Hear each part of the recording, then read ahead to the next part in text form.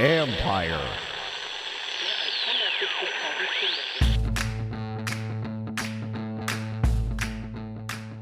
One more for the Super Bowl.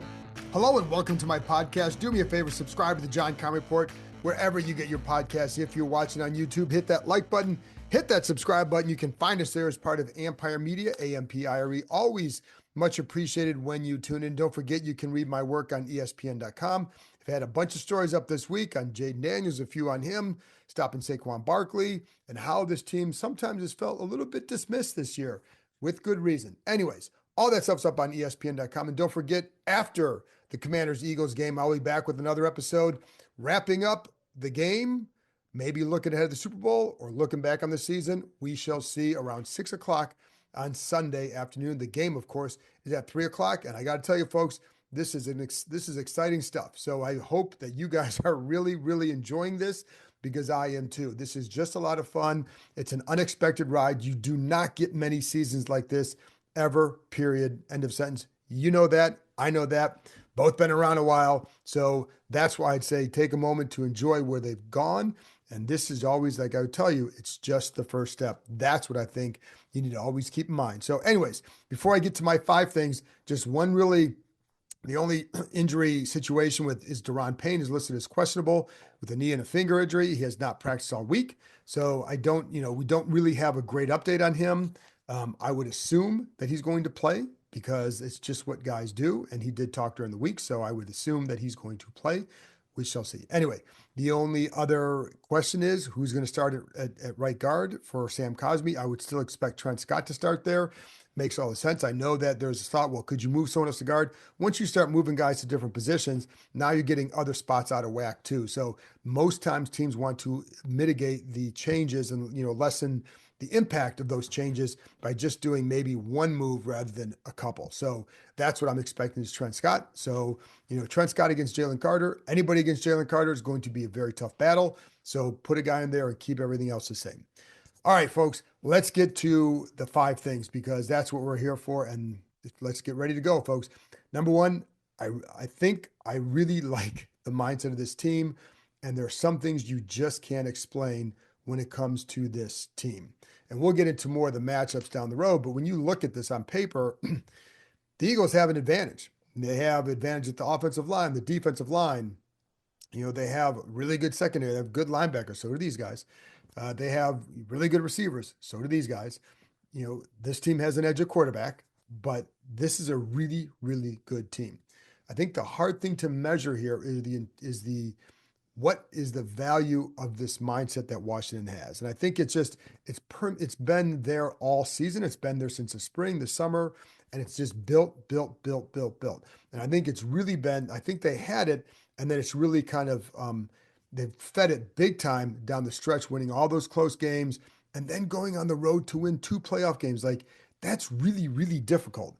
And, it's funny but the mindset too is it's where their focus is. It's not just about, like, for example, we was asked Jaden Daniels this week about, hey, you could be the first rookie to take a team to the Super Bowl, first rookie quarterback take a team to the Super Bowl.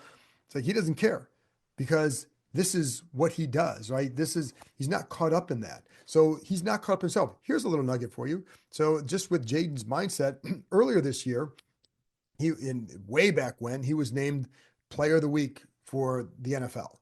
And he just doesn't get wrapped up in this stuff. So he's texting with Charlie Muley, of course, in the communications department. And they go back and forth about baseball, about the Mets, the Dodgers, whatever. So Charlie texts him, hey, you won this award. You know what, his reply to this was, the Mets suck. Like, that's how much he gets wrapped up into all this other hoopla around him. There's a focus here, and there's he doesn't take himself seriously, but it's things like that I think really kind of help elevate his game and keep him focused on what's important. And it's funny because we've heard that, don't focus on what's important, not what's interesting. Well, I felt too often in the past, they focused on the interesting part way too much, and I think it caught him for sure. There's a buy-in here, and Terry McLaurin talked about that. It's not about slogans. It's not about having slogans. A lot of coaches have slogans, but if you don't live it, the slogans are irrelevant. Just because you put it up on a wall, well, who cares? Like, eventually, if you don't live it, that stuff falls way flat. But this team lives it. Like they really believe, they buy into not just, it's not about like, oh, anybody, anywhere, time. It's not just that. It's like, what is the mentality that leads to that, right? And I think it's funny because one of the things they talk about, like if you want to get guys who are good tacklers, you draft good tacklers. Back in the day, this team would draft guys who weren't very smart or physical, but then they'd get them like Bakari Rambo, if you remember him, like he was not the most physical player, but they wanted him to play that way. Well, that's not who he was. And and so if you want that guy, those guys, you draft those guys. It's not that hard. This team has drafted guys who fit the mentality of what they want. Is like, when McLaurin talked about this earlier in the week, and I mentioned this on the podcast, but he said that in the first team meeting, Dan Quinn said, if you're a dog-ass competitor, this is the place for you. And McLaurin said, I sat up in my chair and smiled because that's what I've been itching for. Well, they brought those kind of guys in, whether it's in the draft with guys like Samerstill and obviously Jaden Daniels. You get guys like that in free agency, and then you bring in a guy like Lattimore. Like that's what he is too. So I think like when you have that, it makes a big difference. And you're playing for a coach, that has all those slogans, but also lives it, and they know that. And it's funny because even with Quinn, somebody asked him like, "Have you taken a moment to really reflect on the journey that he's been on?" For example, going from Atlanta, you get fired, you go to Dallas, you're the D coordinator. Now you finally get a head coaching job again, and you're back in this position. And his comment was like, "I'm not there yet." And in terms of reminiscing, he's like, "I'm not there yet." He's so focused on what do you need to do today. That is it. He doesn't get wrapped up into who he is. It's more, what's the process to get better today? Little thing like, for example, when a team loses, like when the season's over, whether it's a regular season or playoffs, they always have a clean out day, a locker clean out day the next day or a day later. And so, but with this team, we don't know when that would be. It could have been a couple weeks ago, but they never scheduled it because he's just right now. And like, I don't blame, like it helps for scheduling purposes. And it's why you take crazy flights back. But he doesn't, if you're not there, like if you don't, he's not at that point. Like if they lose, then you schedule it. But he doesn't want to put that in there. And I just think that's his mindset is he doesn't want to think about that. He wants to think about what do you need to do today? Today is Friday. I'm not worried about locker room cleanout day, et cetera, because first of all, it's the end of a season. You don't want to think like that, but it's also focus on right now, focus on what's important. What's important is getting ready to play Philadelphia. And so I just think that's just kind of the mindset is. And again, it's just the focus is where it is.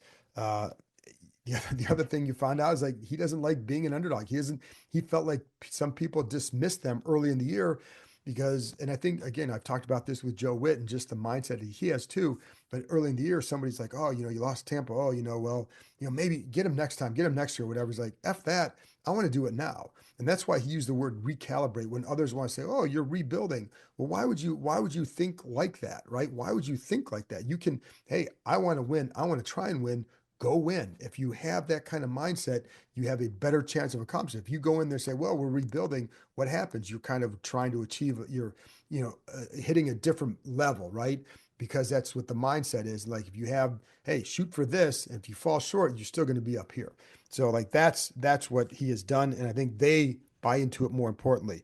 And the other thing, players talk about this, and it's a cliche, but it's this is what they believe in, that that they've prepared every week like it's championship week. But I think some of that is it's not just it's the tempo you practice with, it's the diligence you practice with, but I also think it's the focus that you maintain throughout. Like, what do you need to do today? And I think they've done a really good job with that for sure. And then you have guys like, Terry McLaurin was talking about this, that like how much he's learned as a leader from guys like Bobby Wagner, Zach Ertz, because they've played in the Super Bowl.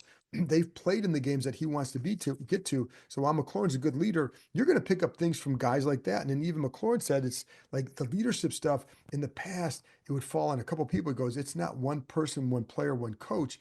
It's a lot of people. And I think that's one of the beauties of this team is that there are a lot of guys who know how to lead, but they're also not in competition to be the leader. And I think you can look at Wagner and Daniels, especially as guys in those roles who, if they had a different mindset, could cause some issues within the team if they were all trying to, exert control over everybody. It's not how it is here. They all have a role with it. They're different kind of leaders, but they can be leaders in that room. They can be leaders over here.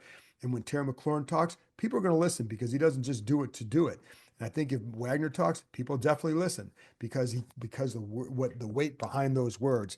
And I think like when you have that kind of stuff, you do things like this. You do things that are hard to explain because again, you can look at the rosters of these teams, and say, "Oh, the Eagles are the favorites," and who would say you're wrong, right? But when you factor in this, do the Eagles have a good mindset? I'm sure they do because you wouldn't get here otherwise. It's a really good, it's a really really good organization, one of the best in sports.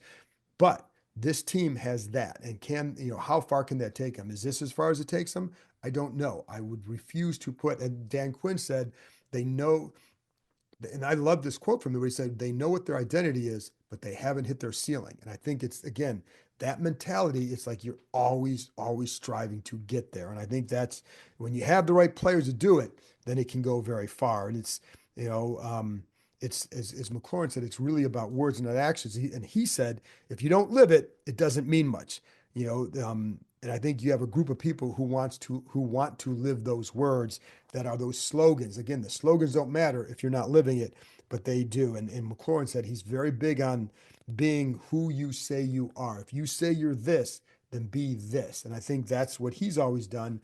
He's always maintained a level of professionalism. In fact, I think that's one of the things he's most proud of this year is just the point that he's gotten to in his career with a team like this, with a quarterback like this, with a season like this, but he did it with a level of consistency and professionalism throughout. He never lost that.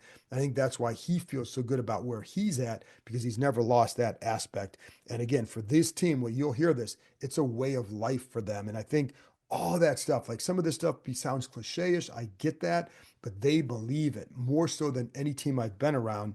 And, I think, they hold yourself accountable. They were the players are the ones who developed their code of standards, et cetera, and they all signed it and they remind themselves of it. And I think all that stuff, again, how much value do you put on that? I think if you think they're going to win, you put a lot of value into all that because it can take a team from here to here. And I talked to a couple players this week, and I think I probably told you that I felt like they had that special group here. I didn't know that they would be able to do this because I remember thinking like, oh, it's too bad they're not further along in their program development because that's the kind of stuff where that's a kind of mindset, that's a kind of group that does special things. But it was kind of hard to expect it this year given where they're at in their development, but that's where they are. And so I think that, and I think what we've seen is that all that mindset has taken them not just for this game, but for this season. They went from a 4-win team, a 4-win organization, because this was not the same team. But they went from a team with very little expectations from outsiders this year. They've already way surpassed it, but it's the same mentality that got them from there to here that they're going to take into Sunday. Anyway, more on that. I think the Bears game was a big key in that. And I'm going to talk to Jeremy Reeves about this. And I bring this up because I remember I was talking to him this week and like, you talk about the brotherhood. Where did you really see it? Like, where did you really know there was something maybe different? And I think they felt it throughout. Like I said, guys talked about how close they were. But he said for him, it was the moment they won on that Hail Mary against the Bears. And there was a couple of reasons for it. Number one is like those kind of plays never went for them in the past. So that's one thing. And said after that game, when guys were like, you start to see like maybe there's something going on here. Like I've seen other teams that maybe have a Hail Mary, but they're not really that good. It was the highlight of the season. But for them, it highlighted, hey, maybe there's something different going on here. And that's a symptom of it. And, he said it hit people like this team is different. And again, not because it's a fluke play to a degree, but you watch how the Bears approach it and how these guys approached it. And you can understand why the Bears ended up firing their coach and why this team keeps going on because they approached it in a workmanlike way. They approached it by doing their jobs. The Bears, meanwhile, you have guys like pointing to the crowd and you have guys not playing the roles they should in that play. Washington's guys, they did exactly what they were supposed to do. They went to the exact same spot, the exact right spots they're supposed to go to. And Jane Daniels got it far enough downfield where a tip pass resulted in touchdown. But again, it was because like it was a fluke play, but it also was one that told them like, hey, maybe there's something different. And then one of the things that Reeves also said, he remembers vividly during that game on the sideline, he said nobody on the sidelines thought that game was over, even going into that final play. He said usually it's a lot of times guys start taking their shoulder pads off. They kind of get ready to go on the sideline, to go down the field to meet, shake hands with the other team, whatever. He said there was none of that. And then, he said he was sitting there stewing on the sidelines looking at some, stuff because special teams did not have a great game or whatever. But he said nobody stopped believing that they would win. He said one thing they kind of talk about is, it goes back to what I just said, they never feel like they're out of the fight. And I think that game symbolized that, but that's why. And when I was talking to him, I said, yeah, so one of the other players told me, like, how against the Bucks, after they gave up the game time field goal, the defensive players were on the sidelines, very relaxed and loose, because they knew they were still going to win. They gave up a game time thing in the past that may have led to some issues or whatever. But in that game, it was more like, all right, offense is going to go down and do it. And that's just how it's been this year. It's just the way it's gone, and they don't feel like they're ever out of it. And that makes a difference. I think it just shows you how much this place has shifted, that this is how it goes. And it's funny because one of the things that Joe Witt was talking about this, and if you don't listen to his pressers, you really need to, because you can understand why that group is improved, or why they have a chance, why they play with the mentality they do. Like, again, it's not going to be the greatest defense ever, and they have their flaws, but they play hard, they play physical, they play smart. They just, in some areas, they may just not be good enough, or they have to get better. And sometimes, they're still whatever. But he's, the way he talks, I think you can get a sense of why there is a mentality there. But the other thing he talked about is, like, the opportunity this team has is rare. And this is why. Listen to what he has to say. I told the man there's very few times in life that you have opportunity to be part of the change and reap the reward. Usually what happens is a team starts it, all right, and then 2 years later, they win it, all right? We have opportunity to do something a little bit different, all right? We can be the team that started the turn, and then if we keep on staying focused and win this game, all right, we can reap the reward at the same time, and that rarely happens.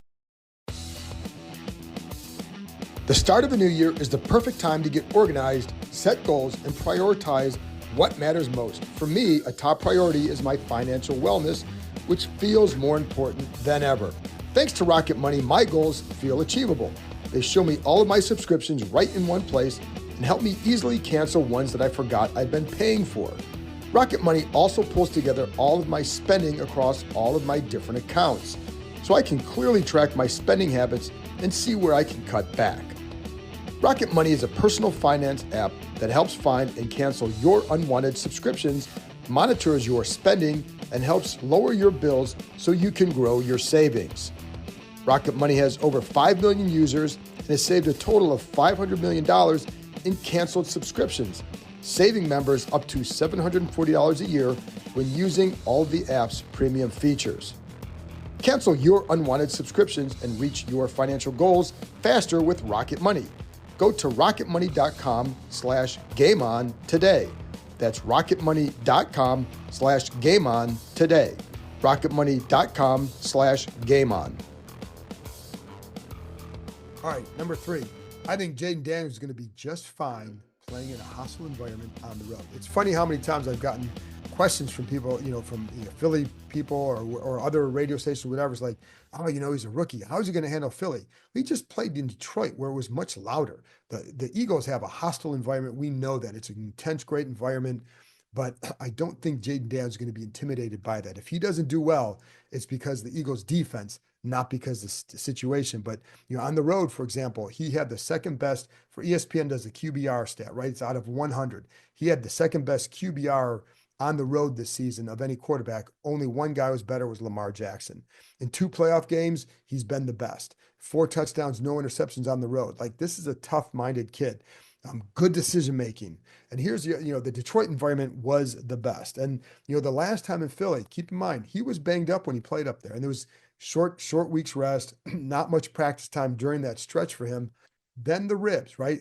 And we never really knew what was the ribs. And we talk about, like, my belief was that it was, listen, the ribs affected him because it took away practice time. And the practice time is what kind of led to some rustiness in the games. But how much would the ribs bother him? Well, nobody really knew, because he would tell people it's not a hindrance, not a hindrance.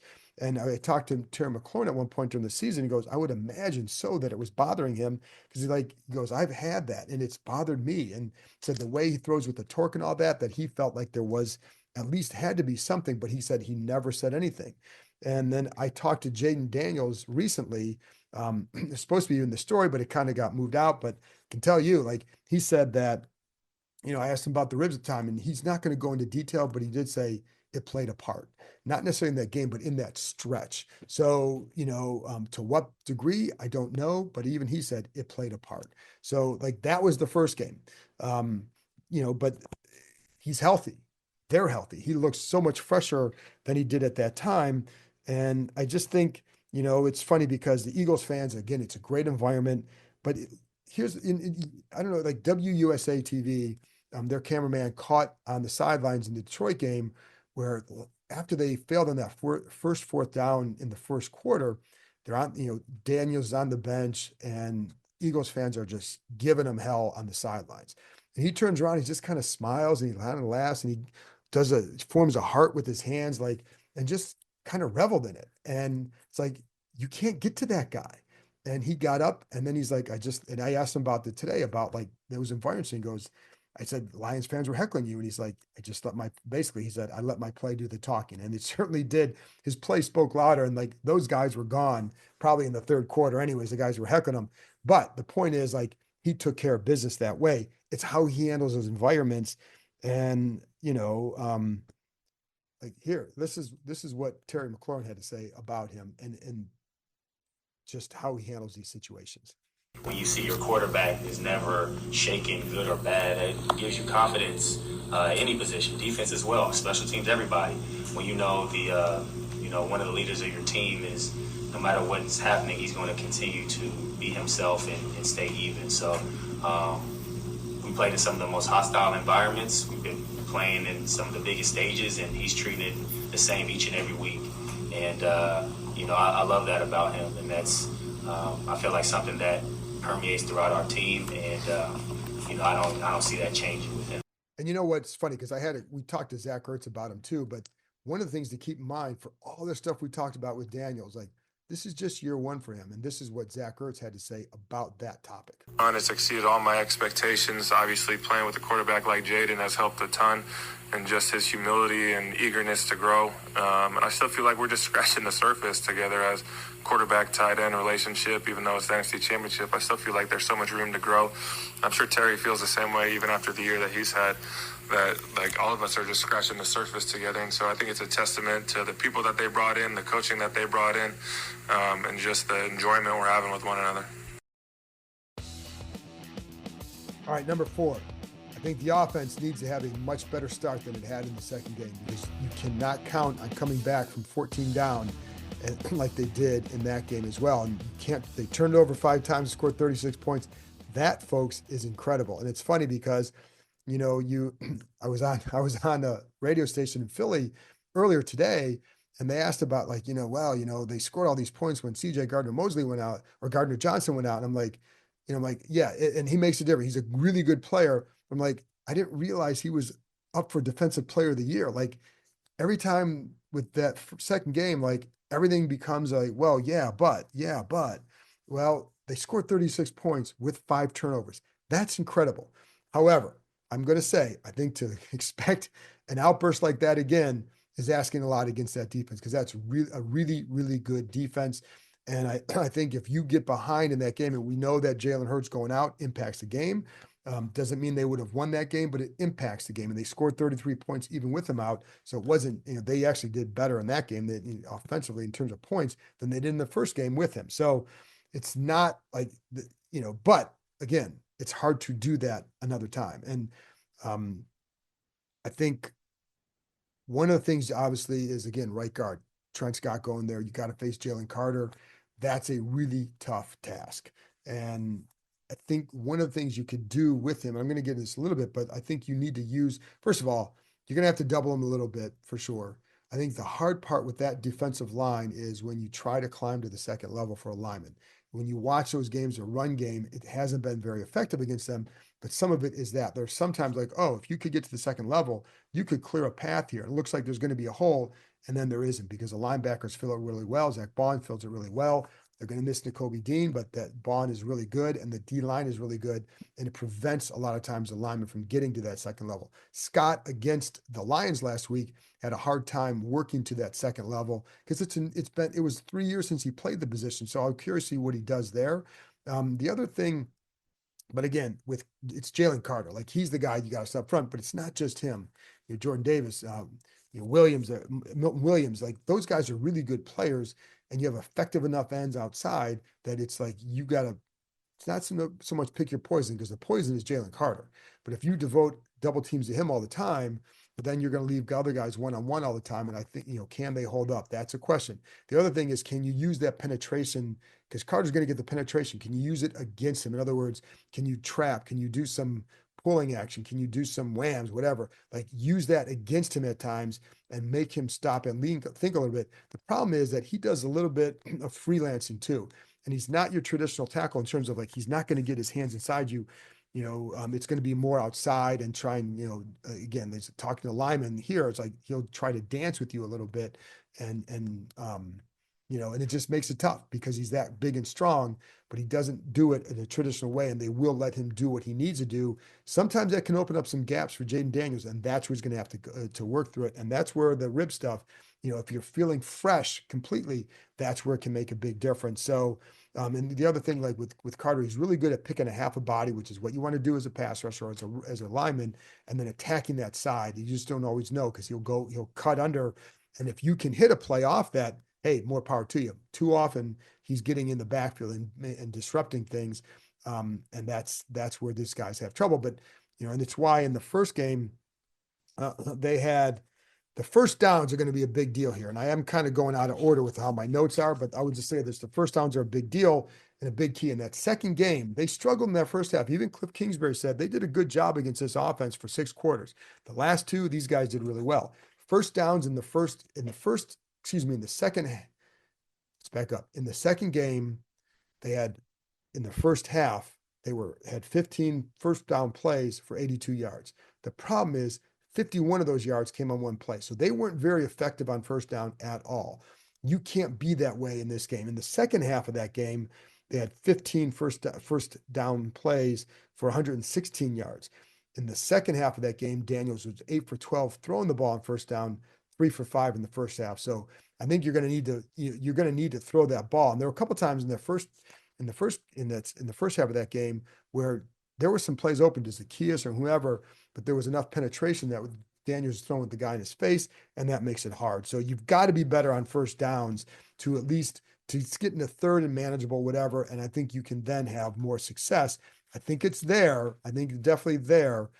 Because you saw in the second half of that game, but it's certainly, they're very tough. And I just don't think you can fall behind very far against this group and expect success. The Eagles blitzed a lot in the second game, 15 blitzes, only 4 in the first game. I'm going to guess they play it more like the first game. We're using a lot more too high safeties, and Vic Fangio really good at disguising some stuff, but also really good at taking away explosive plays.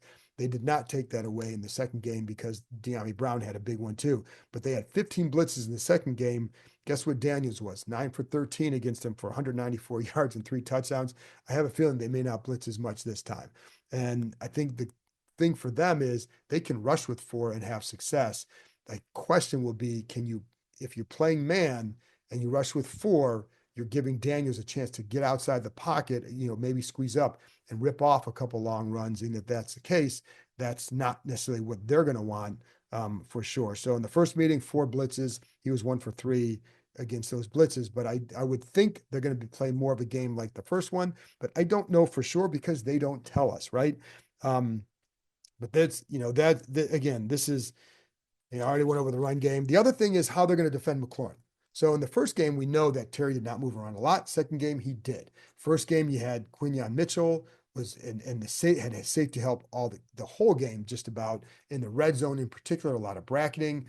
and Mitchell was really smart with how he played in the first game, but because they always knew where he was, like the linebackers would drop to the areas, they knew where McLaurin was going to be, so they made it easier. Second game, not as much, and I think they had more success because of that. So when McLaurin would go in motion, excuse me, if he goes to Darius Slay's side, they typically would play some sort of zone, some sort of cloud coverage on that side, and that would leave one-on-one on the other side with De'Ami Brown. So if they get that again, like you can then take advantage of situations like that. Now, I will also say De'Ami Brown's big catch came, the 51-yarder came against Darius Slay. So you can attack him down the field. And on that play, they had McLaurin on the left side. The safety help was to that side. And by the way, on that play, I saw Quinion Mitchell pulling at McLaurin's jersey as he was running by him. So they had guys on both sides. As you said, you had safety help on one side and not on the other. So can you get that again? And can you take advantage of that? Because I think if they play man, you're going to get some of that if you can move McLaurin around, and I think they will. So I think you have to do some of that stuff for sure. So it's going to be tough. Like the one thing that I felt really good about last week when they played the Lions is that's a bad I did not think the defense in Detroit was very good. It clearly played out that way. That's why I felt like they had a shot to do something. This is a much better defense. And especially, I'll be curious to see how healthy Mitchell is. He left last week with an injury, with a shoulder injury. If he says he's healthy, we'll see. But that makes a big difference too. But as I think it was Kingsbury said that that Fangio's defenses, and this defense in particular, they do as good a job with defensive spacing as any defense he's seen. And that's a credit to Fangio. Like Fangio's a really good defensive coordinator, good teacher, and that makes their secondary very good. And then you add it with that defensive line, pretty strong. That you don't have the weaknesses that Detroit did. Doesn't mean you can't do it because they did it the last time. Can they do it again? But I think again, you've got to be able to control the ball. But I think you've got to do much better on first down, and then use that penetration against a guy like Carter. Can you do that consistently enough to hurt them? We shall see. I think the defense needs to stop Saquon Barkley. How's that? The pretty good insight there. Are you surprised by that? Of course not, but that's always the key. And if they don't stop the Eagles' run game, it's going to be a very long day. And I think it's so easy to say that because everybody's going to say that. The question is, how do you do it? That is a little bit harder. So in that first game, for 3 quarters, they stopped Barkley, 20 carries, 70 yards. Not like he was just completely shut down, but that's a damn good job through 3 quarters. Fourth quarter, 11 carries, 90 yards, 2 long touchdowns.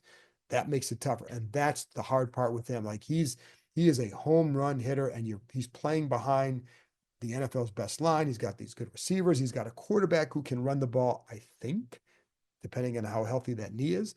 But with Barkley, everything is how good he is. And it's funny because when we talked to Joe Witt, somebody asked him, like, does he look rejuvenated playing in Philly? He's like, because I think he's always good. It's just, he's like, he pointed out some big plays they had against Dallas, but against Dallas, I think the highest rushing total he had against Dallas while he was in New York, and I say Dallas because that was Witt and Quinn, was 81 yards. He averaged less than 50 yards per game against the Cowboys when those two were there because he was with the Giants, and that was a good defense. Here, that's not the case. Like, he's dynamic, and you're seeing it all, but he also, as Witt said, he's also playing behind a better line. It's one of the game's best lines, and they're a big group, and they move people, and they make it hard for the linebackers to get to you. So that's one of the problems there. Second game, he had a big first half and a 68-yard touchdown, 16 for 27 in the second half. Now, Jalen Hurts wasn't there. I know that, but they also made some adjustment there. You saw some end play that was better. You saw sometimes shooting gaps a little bit quicker, linebackers coming up a little bit quicker. You take away the threat of the quarterback run, and it does make a difference. But he also had some big runs without Hurts in there in the first half. Still, makes a difference if Jalen Hurts is healthy or if he's not. And we'll get into more of all that. But the other thing is, in those first 2 games, John Allen didn't play. Now, John Allen is not Aaron Donald at this point, but he's a good defensive lineman. And Johnny Newton struggles more against the run than he does against the pass. But it also gives Washington options they did not have in those games. You can go to that bigger defensive line set, and then you could go to that, and it's like, okay, make them beat you with the pass, right? Can you control that with the with Newton over the center. I think if you can go with Jurgens, if you can play him to a side, I think and over the nose and get to a side, I think you may have a little bit better success against him. You could do that, and you have Payne and Allen plus one of the bigger defensive ends, whether it's Baptiste, obviously Dorrance Armstrong, Jalen Holmes, all those guys, but it gives you options. And again, it doesn't mean you're going to just shut them down, but that alignment has been successful against the run for a reason. Now you have a chance to use it in this game. Can you do that? But you obviously have to be very gap sound. That's again a cliche. The jump cuts are incredible. You see him bottled up, and then you see like, how the hell did he get out of that one? That's what Barkley does. I think one of the matchups to watch is like John Allen against Mekhi Becton. Becton has been a good guard for them, but he's also 6'7", and you watch it sometimes, like you see the defensive lineman getting into his pads a little bit because he's 6'7". It's big. That's big for a guard. That's tall for a guard. Not everybody can do that, and I think when I've seen him have some trouble, it's because guys are the leverage thing, right? They can get leverage, and I think Allen or Payne can do that. So pay attention to that, because that's one that I think I'll be curious to see how that one goes. You got to win some battles up front. Like, you want to stop Barkley, the ends have to get up the field. When they did that, like Fowler getting up the field, anybody getting up the field, that's the only way you're going to defeat a guy like that. You got to get some penetration. You've got to get the linebackers getting up there. The other thing that Quinn talked about, and Joe Witt, like the angles you take to the ball. Like, there were a couple times, there was one angle on one of the games where it's like, why did you question the angle? Like, what did you see there, and why did you stop here? Because all that did is it gave Barkley the crease to the outside, and it resulted in the touchdown. So, there's just a lot of things like that. But you can do everything right and still be wrong. But here's what Jalen Holmes had to say about exactly that topic. Even when you do everything right, he still can pull something off. He's athletically gifted. He's also a very smart football player. So, being key on your job and your assignment and playing with decisiveness and being physical and matching that intensity, I think that can stop a good player like that. But so much of this, again, depends on Jalen Hurts' health. If he's healthy, it just changes the dynamics of that run game, because you have to defend him. If I'm Washington, I'm going to make it, it's funny because they go back to the Fangio stuff. They're going to know early, one, about what Fangio's intent is that day, but two, what the Eagles' intent is with Jalen Hurts. Do they think he can run? Do they think his knee is fine enough to hurt them that way? And they'll find that out early. I would test that. If they're running that zone read, get up, force him to keep the ball.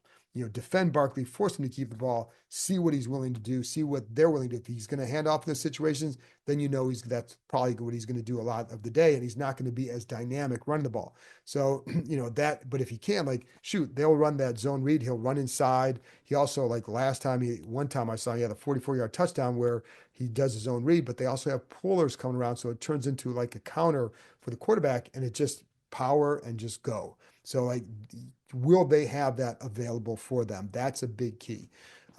If not, then you got to come, to me, obviously you got to force him to beat you through the air. Easier said than done. It's not that he can't do it. One of the things I appreciate about the Eagles is they know who they are. Like, they're a run team. They are built with the trenches, and they take advantage of that. And I think that's fantastic, because it's gotten them to this point. If they're one of the better teams because of that reason. They know exactly who they are. They don't need to go out and throw the ball just to prove that they can, but they do have the weapons. And are they able to use them? They're not going downfield as much. I think it's funny because in the last 8 or 9 games, they haven't thrown the ball downfield much at all. And so I'll be curious to see if that continues. The other thing they don't do is turn the ball over. Jalen Hurts, and I think it is last 10 games, one interception. It's incredible. They just don't turn it. He doesn't throw it. He takes care of the ball. Doesn't mean it will never happen, but it makes it harder to do against him. So you've really got to work to get him. The sacks, you can get some coverage sacks against him. And I think that's what you're gonna have to do, but you've got to keep him bottled in that pocket. So the rush lane discipline is key against him for sure. The other thing is, how effective will Marshawn Lattimore and Mike Sainristil be against A.J. Brown and Devontae Smith? You got Goddard as well. I know Jahan Dotson's there, but he hasn't been a big threat. So, anyway. But against A.J. Brown, the first time when they played, it was Lattimore's second game with Washington. He ended up going out with a hamstring injury. But when you go back and watch it, he won a lot of those matchups, but he lost some key ones. He had 3 pass interference penalties. You can't survive that way. Gave up a 45-yard catch with nice throw. Actually, take that back. The ball was a little bit underthrown, not horrible coverage, but Brown was able to make the adjustment on the ball in the air, and he got the catch. He had a 4-yard touchdown catch against him on that play. It was a 3rd down and goal from the 3, and a 3rd down 3. So, and the 4-yard touchdown catch. And on the play, it looks like Lattimore maybe is anticipating a fade because the way he gets him his left leg, Lattimore's on the left side. His left leg kind of opens enough that gives the opening for the slant inside to Brown, and that was the key play there. But there were a number of times where Lattimore did a good job against him, physical, took away a slant, just really with a good hard jam. He plays press a lot against him, doesn't always jam. You want to kind of change it up. If you're always jamming them, then they're going to know it and they can adjust accordingly. A.J. Brown can adjust to a jam every play. But if you're not jamming him, you jam him a little bit differently sometimes, or jam him a couple yards downfield. Now you have to keep them guessing what's he going to do, and that's why you don't see it on every play. There were a couple times he had some really good reaction on the ball to take away some routes. But I do think the one thing that Philly will do, they will attack him, and they're going to test him to see, are you better than you were last time? And we'll find out. And Sammerstill did a nice job last time as well. So I think those two are big keys. And there you go, folks. How about this? We've gotten through January 24th. Shout out to my sister. It's her birthday. And all we've done is talk about football on the field. This has been such a great year. They have a chance to keep it going. This is not over yet. And I will say this, I don't know who's going to win this game. I think this team has something special about them. The Eagles have a really good roster. Washington has a special player and a strong, strong belief. As Dan Quinn said, dog-ass competitors, right? That's what they are. And they believe that's who they are. And with that belief, the rosters, this isn't college. This isn't the difference between Ohio State and Northwestern, right? It's much closer in the NFL because guys are just good. And you have that special player that narrows the gap considerably if he goes out and does special things. And we've seen him do that throughout the year. Can he do that one more time? Because if he does, I think you'll be going down to Bourbon Street in a couple of weeks. If Jalen Hurts is healthy and plays and and Washington gets off to a slow start, I think there's trouble. You cannot afford to do that. They've had a great comeback mentality all year, but man, it's just a hard way to live when you're going on the road like that. So going to be a lot of fun. Looking forward to it. This team can do it. There's something magical about them. There's something different about them. And are you ready for the ride to end? I don't think they are. So we'll see what happens Sunday at 3. I'll be back after the game with a wrap-up of the Commanders-Eagles game. It's for the Super Bowl, folks. Get pumped because it's here. Get ready. Let's go. Talk to you next time.